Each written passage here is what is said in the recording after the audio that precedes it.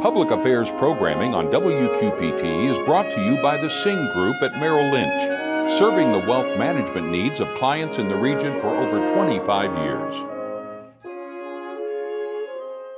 A lockdown in an area high school. What was behind it all, and how did this case become an international incident? Plus, celebrating the pride of Hispanic culture in the cities.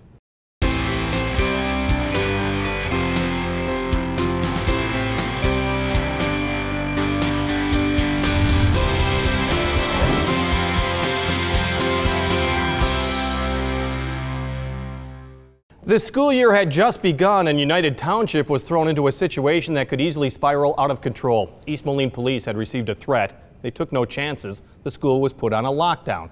It's all standard protocol, but what happened next came as unexpected to many people. And joining us is East Moline Police Chief John Reynolds, who is at the center of the lockdown decision, the search for a possible gunman, the investigation into the phone caller, and the man who faced both angry and grateful parents.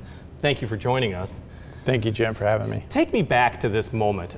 East Moline police receive a phone call of a threat. What makes it a credible threat? This phone call came into the police department as opposed to the dispatch center. And our records clerk, Alyssa, she has been a dispatcher. She does a phenomenal job. She immediately heard this, this caller and tried to calm the caller down. They said that they were going to come up with a gun to the school, up to UT. So just the way she kind of related to us, that this person seemed a little emotional and like this could really happen. So that's kind of what triggered the whole thing. Well, this is very interesting because I don't think we knew that there was like an emotional response. You would just think that it's just a kid making a phone call because it's being triggered back to, I believe, a 17-year-old, a teenager in Germany who's a good actor? I believe so. I believe that he did a good job portraying that he was going to take some type of action up there at UT. All right, and I want to get to that part of the investigation, but let's go chronologically. So then at that point, you and Superintendent Jay Morrow obviously discuss what's going on, and then what's the next step? Really what happened is we got a hold of the school resource officer immediately. So the school resource officer was in contact with Dr. Morrow and the staff up there. And so then they knew what our response was going to be, and then we recommended they go on lockdown, which the school would, they of course went on lockdown.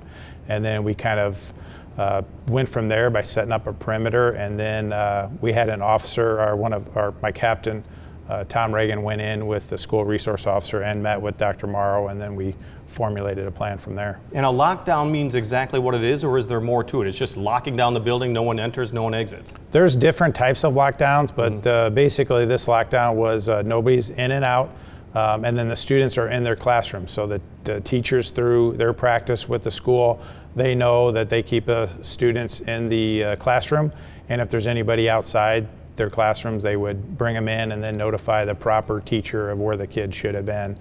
But you stay in the rooms and you clear the hallways is normally what happens. And then you said you had your officers surrounding UT, but you had other officers coming in as well? Yes, we had several officers from responding areas. You know, I wanted to thank Silvis Police Department, Moline Police Department, Rock Island County Sheriff's Office, and the State Police for coming and providing assistance with security, perimeter, and then you had all kinds of traffic control issues as well. We're talking about something that's happening in a matter of minutes, if not, seconds, half minutes. How quickly did this all unfold? It was very quick.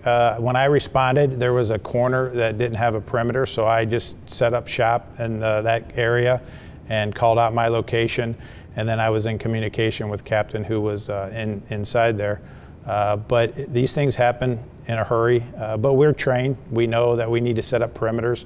Our shift commander that day did a good job setting up a perimeter, getting the word out, and then at that point we're just trying to determine the validity of the threat and then determine what we're going to do next. Because I would wonder, because, and correct me if I'm wrong, the original threat was that a person was coming to UT armed, not that necessarily that a person was there. Correct. So you're almost at a wait and see. Well, but we're not sure if we didn't get there in time, maybe they went in or not. So there's a lot of things that, are playing through our mind. So anybody who is up around the area, we were trying to identify them, make sure that they were supposed to be there or they weren't. They weren't carrying anything that, a long gun or even a regular gun, a smaller gun, handgun.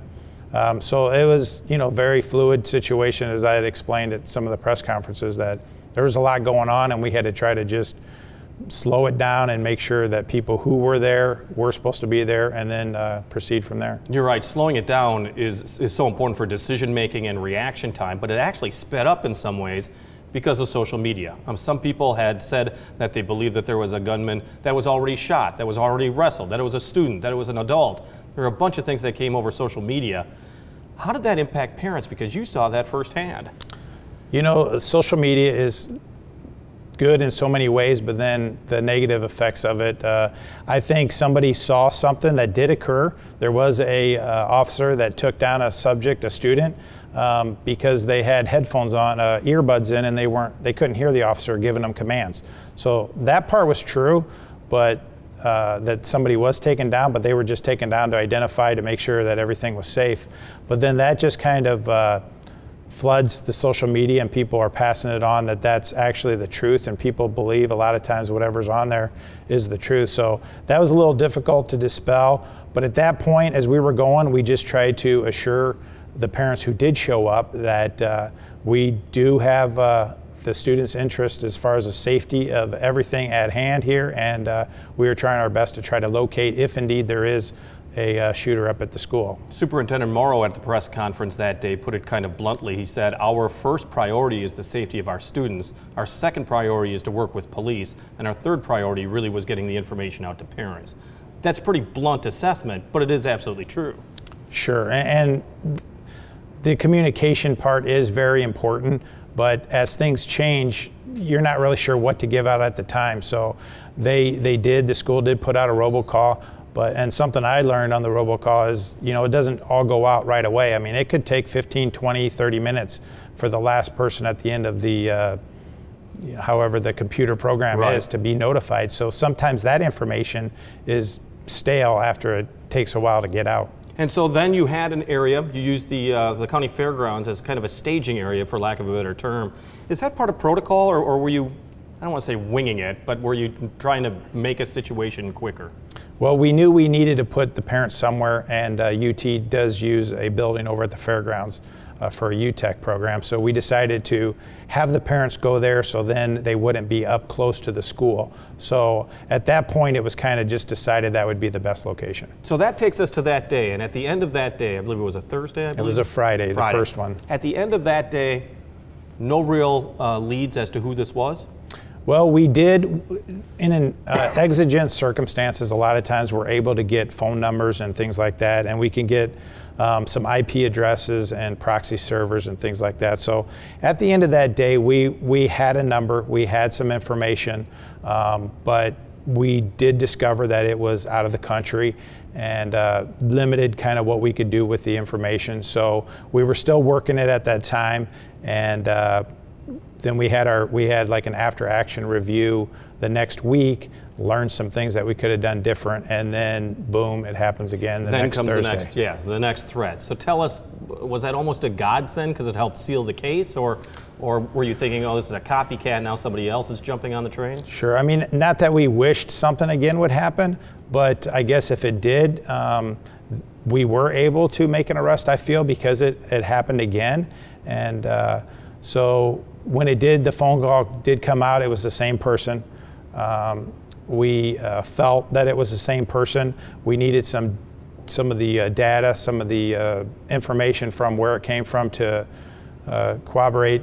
So we did know it was him, but for the most part, we knew right away that it was the same caller, same voice. He referenced the last Friday's threat, so we figured it was the same one, but we couldn't be sure until we had some data to prove that. How surprising was it that it was traced down to Germany and to a 17-year-old boy?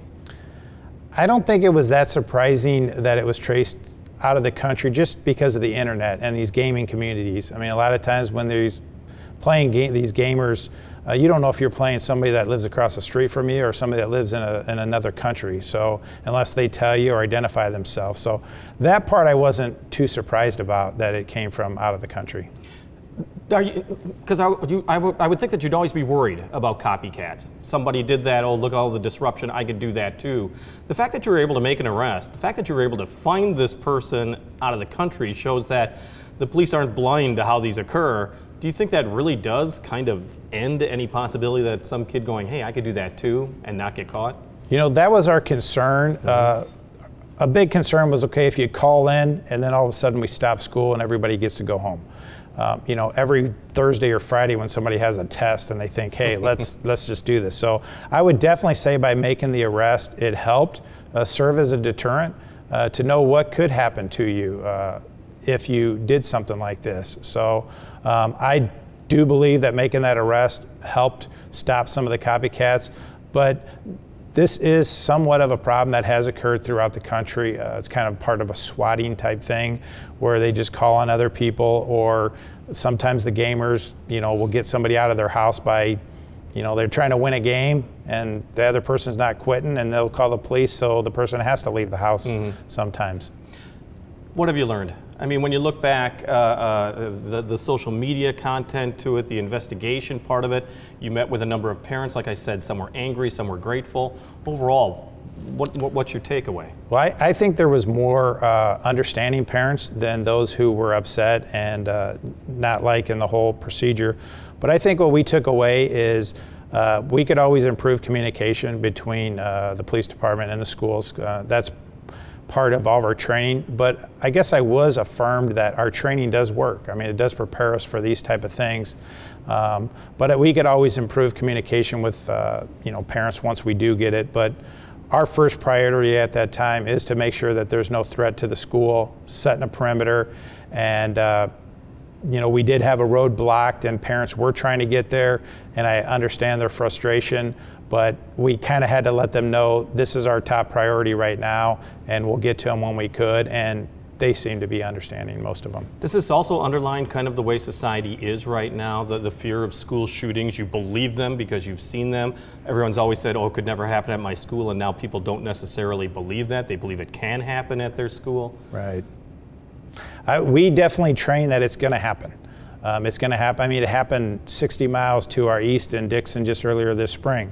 So our mindset now, it used to be it'll never happen here in this area. Our mindset now is it's going to happen. It's just a matter of when. So these type of, I guess one positive we could take away from it is the response from the area. I mean, it was seamless. The police departments worked together. We trained together. We worked together. We feel we did a good job of establishing a perimeter and going from there. And then I would say the phenomenal work that our investigators did tracking that down. I'd like to give credit to Lieutenant Darren Galt, who leads our division. I kind of figured you wanted to do that, and I was going to give you that opportunity. You took it anyway, so I'm very happy that you did that. Thank you so much. Chief John Reynolds, East Moline Police Department. Thank you so much for joining us. Well, still ahead, the rich culture highlighted by Viva Quad Cities. But first, Laura Adams has that and more of what you can do if you go out and about. This is Out and About for August 27th through September 2nd. Hi, I'm Laura Adams. Join the excitement as the world's best drivers compete for one of go-karting's largest cash purses at the Rock Island Grand Prix in downtown Rock Island.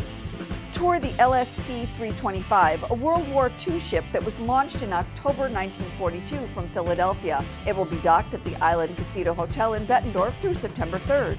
Or enjoy a Labor Day weekend festival at the Walnut Grove Pioneer Village in Long Grove. Quad Cities Comic Con returns bigger and better than ever, with an incredible 30,000 square feet of geeky goodness at the QCCA Expo Center.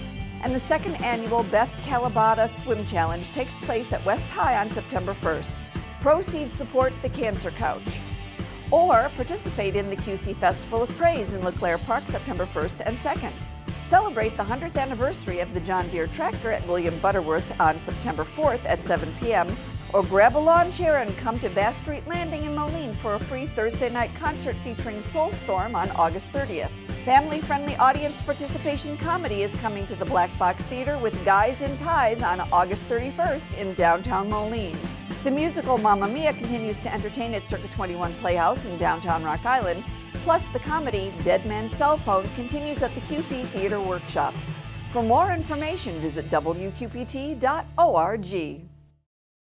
Thank you, Laura. Angela Meyer has her debut album Consequence available now on iTunes, Spotify, Google Play, and Amazon Music. But we caught up with her at Molene's Black Box Theater. That's where she performed an original work we want to share with you tonight. It's called Among the Willows.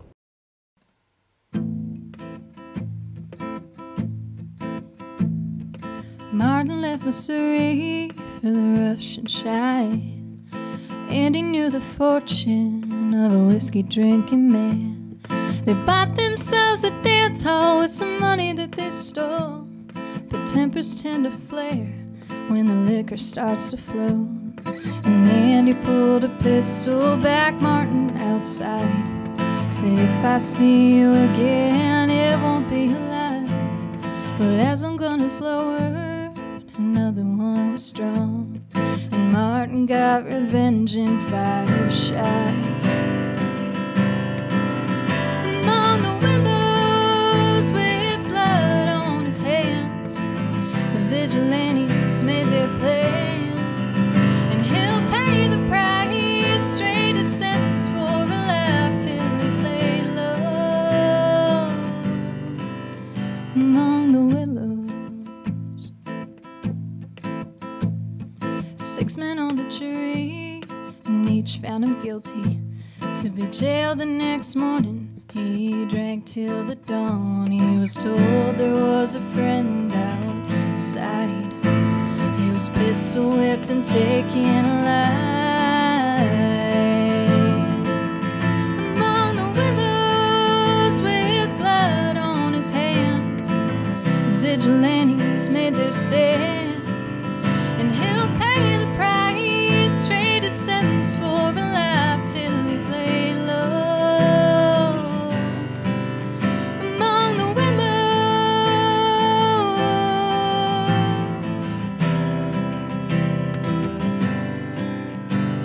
and twice up a tree just to drag him once more. What would be his last dance on earth? He fell victim to the vigilantes, first to hang in Wyoming. The law came but ended their search, with the man whose feet barely touched the dirt. Among the willows with blood on his hands, the vigilantes made their stand, and he'll pay the price, straight a sentence for a laugh till he's laid low. Among the willows,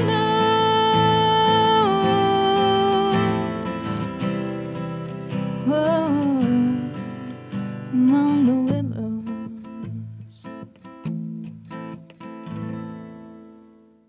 Angela Meyer, Among the Willows. Angela is at the J Bar this Thursday night and is in Denny O's in Fulton on Friday and Scooters in Anamosa on Saturday. Also next Saturday, the best of Hispanic culture finds its way onto the Davenport riverfront.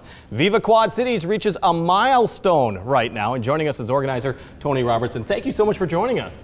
Thank you for having us. A milestone of 25 years. That's pretty amazing for this festival. Yes, it is. How critically important was it that it has survived that long? The importance is our children. We give all of our proceeds to the scholarship fund, and it is 100% run by volunteers. There are no paid people to help put it off. We have donors, and we increased our donor base this year of people wanting to be a part of it, wanting us to grow and be a big part of the community. Let's talk about the scholarship, because not only is it Viva, but it's also LULAC in our area, both Moline and Davenport chapters of LULAC. You've raised a lot of money for scholarship over the last 25 years. Yes, we have.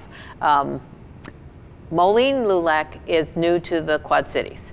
They have only been in existence for about 5 years, where Davenport LULAC Council 10 has been in existence for 58 years. We'll be celebrating 60 years in 2 months. 2 years, I'm sorry. And so we have been giving scholarships since 1976. Wow, okay. And so LULAC has donated $584,000 $481 to the scholarship. And this is not just to Hispanic children. This is to all cultures. And I was going to ask you, each year, about how many kids do you help? We are growing each year. Yeah. We were in a slump at one time, and we were given 5 to 6 kids. This year we gave 56 scholarships. Last year we gave 58 scholarships. And they range from $500 to $2,000 per child. Why did Viva decide that that was what it wanted to do? Why was that the backbone of your fundraising, was the scholarships? Because of the Hispanic community. Speaking for myself, when I went to high school, we were not even earmarked for college. We were just, graduate and move on. And we have many people in the organization that have graduated from college and prospered in good careers. And we as LULAC and Viva want to encourage our Hispanic community to go to college. Well, and let's talk about the festival in particular. This year, you're moving to a new location, the Riverfront in Davenport, LeClaire Park. A little excited, I know, because you had said a little earlier to me before we started the program, is that it started basically where Western Illinois University is on the Moline Riverfront. That's kind of where you wanted to be this year. We checked into it, and it just didn't work out with our programming. And we had it many years over in Bettendorf by the Isle, but because of the bridge, that was not even in question. We were not it just wasn't feasible. It just wasn't feasible. Right. They didn't know where they were going to be, so they didn't want us to, rent it and not have a place to go. So we contacted Davenport and we gave them our agenda and asked if they would partner with us and help us make this a big part of the Quad Cities, because we are marketing as Viva Quad Cities because it is more than one entity. And so they said that, give us a plan and we'll take it to the council, and they agreed, and here we are. And we're talking about 12 hours of solid entertainment and fun, starting at 11 until 11 o'clock on Saturday. That is correct. So tell me, I saw that your entertainment includes DJ Kane. You're really proud and really excited to have him there. We are very proud of having him there. He is a big headliner in the South. He is originally from, I don't know where he's from, but he's coming up from San Antonio. He has done some concerts in Mexico and outlying areas, and he is coming up here with his band. He did Cumbia King music, and he will be at the end of our show with it being the headliner. And you have a number of local acts as well? We do have a local act. We have Crooked Cactus, who is well known in the Quad Cities, and Incinto is doing it. We have a disc jockey that will be performing. We also do a queen contest for LULAC, and we'll be crowning the queen. We have children's activities, I saw, from Western Illinois University. Many children's activities. Because that's the key, is that you're really trying to make this, not only a celebration of the culture, but a celebration of the family as well. That is correct. In the Hispanic community, we are very family-based, and we have incorporated always to include our children in our festivals and things that we do on a day-to-day basis. There will be a lot of fun activities which Western Illinois is going to sponsor for us. We're going to have all-in-one fun with bouncy houses, and then other entertainers like Ballet Folklorico, which is the youth dance for them, and then we're having Glenville Mariachis. They'll be playing as well. So there's something for everybody is basically what you're saying. Yes. We really are not going to have a lull in the program. Whatever time you decide to come, from 11 o'clock in the morning to 11 o'clock at night, we will have entertainment of some type going on. We've got Zumba coming, and we have food vendors. We have 9 different food vendors. We have 60 different merchant vendors. So just come and enjoy the day. We will have plenty of seating area and dancing area, and we just want everybody to have fun. $5 to get in, but some people get a special discount. $5 to get in, and veterans, service people will get in for free? I believe so, yes. That's what your poster said, so I'm assuming that's it. If not, I apologize. No, yes, I believe they do get in free. Tell me how important it is for the Hispanic community in the Quad Cities to celebrate their culture at this particular time where there is so many discussion about immigration issues, about racial issues. Is this an important time to celebrate all that is Hispanic? We don't focus on the media, what they are doing to our organization. We're just focusing on our celebration. For those that do not know, from September 15th to October 15th is Hispanic Heritage Month. And this is our opening to advocate our culture and to invite people in to share who we are, not what they hear. Mm-hmm. And then from this, we go to the Moline Parade. And East Moline Parade. And I was going to say that the LULAC Quad City Fiesta Parade is the day after the kickoff of the month. Like you said, September 15th into October. On Sunday, September 16th in East Moline is the parade.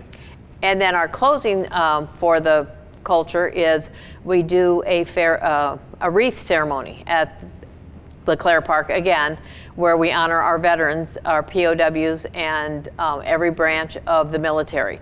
And we do the color guard and the honors, and we do a gun salute, and we have dignitaries from the Rock Island Arsenal to come and join in with us. Well, and hopefully it's a really good month, and hopefully it kicks off with good weather for you for Viva Quad Cities. That would be awesome if we had wonderful weather. I appreciate it. Tony Robertson from LULAC and Viva Quad Cities, thanks for joining us. Thank you. Make sure you have a good time, because you're going to have a good time. Yes. WQPT is also doing its part to support the military men and women in the cities who are serving our nation. We call it Embracing the Military, and it's docked and ready for your visit. Right now, the LST-325, the only fully operational landing ship tank from World War II, is docked at the Isle Casino Hotel Marina in Bettendorf. And World War II veterans can tour it for free. Tours for the public, that is, will be held each day the ship is here through September 3rd. The LST-325 has been restored to its original condition, and get this, some 10,000 people toured the ship when it was last in the Quad Cities 10 years ago.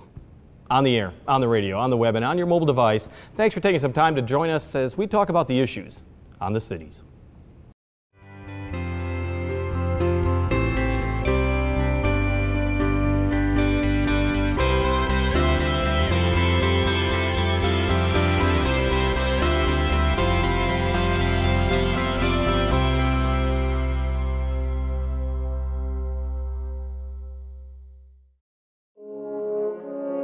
Public Affairs programming on WQPT is brought to you by the Singh Group at Merrill Lynch, serving the wealth management needs of clients in the region for over 25 years.